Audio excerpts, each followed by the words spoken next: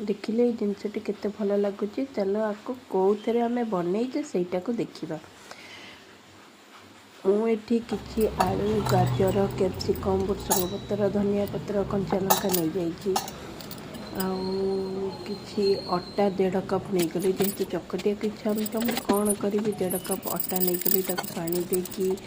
आम जमी सोदुआ बाटू सेमती गोलईदबा से आण भाया करदे पानी देकी कि क्षीर देदबा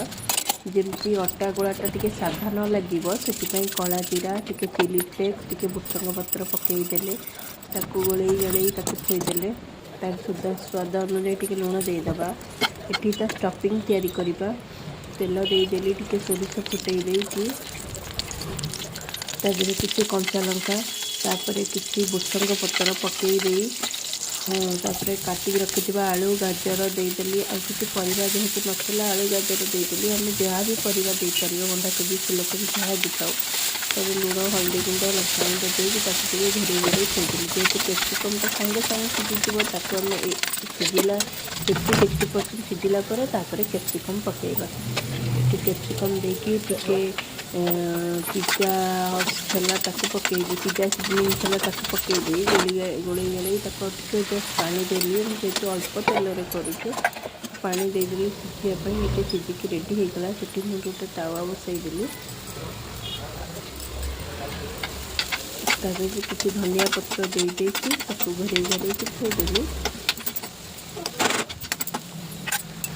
जानी केमती लगे आज फास्ट टाइम करुँच इच्छा जेहेतु हो नाला कि अटा चकटिया को ना रुटी करिया को ना कि लगे खाଇବା आज जेहेतु गुरुवार मुझे बिना पियाज रसुण कौन करी